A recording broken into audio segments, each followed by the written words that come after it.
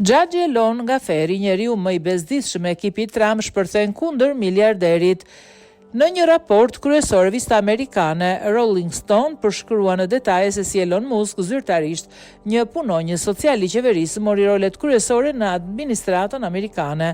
Nëpërmjet një zyre të njohur si DOGE, Departamenti i Eficiencës së Qeverisë, Musk zbatoi pushime masive nga puna, ristrukturoi agjencinë dhe sipas pretendimeve të Rolling Stone krijoi një sistem në të cilin interesat e këtij biznesi ndikojnë drejt për drejt në vendimarrjen e qeverisë. Njeriu më iritues me cilin kam punuar ndonjëherë.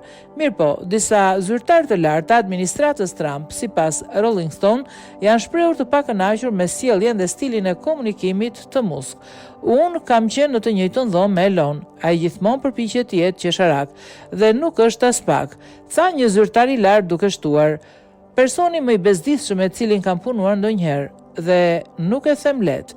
Sipas burimeve të Shtëpisë së Bardhë, as sekretari i shtetit Marco Rubio nuk e fsheh pakënaqësinë e tij me Musk, ndërkohë që punonjësit e departamentit të shtetit e quajnë atë Xhaxha Elon Gaferi. Ndërkohë, disa burime të administratës pohojnë se disa anëtar të ekipit u larguan nga takimet në ndyshimin se Musk ishte në ndikimin e drogës. Sipas Rolling Stone, ideja e testimit të detyrueshëm u përhap edhe brenda ekipit, edhe pse ishte Musk ai që propozoi publikisht testimin e të gjithë punonjësve të qeverisë. Bëhet e ditur se në CPAC, Konferencën politike konservatore të Shtetet Bashkuara të Amerikës në shkurt, Musk u shfaq me syze dielli brenda duke mbajtur një sharë elektrike dhe duke i thënë turmës: "Unë jam bërë një meme."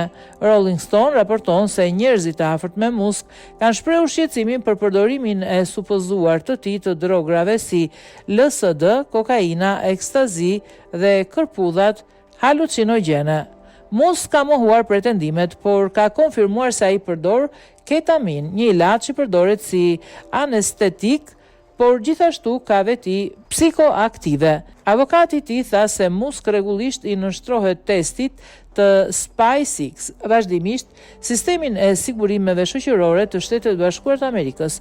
Ai gjithashtu ka bërë pretendime se sistemet shëndetësore si Medicare dhe Medicaid po humbasin qindra miliarda dollar për emigrantët e palishëm. Megjithatë, as ai as DOGE nuk kanë ofruar prova.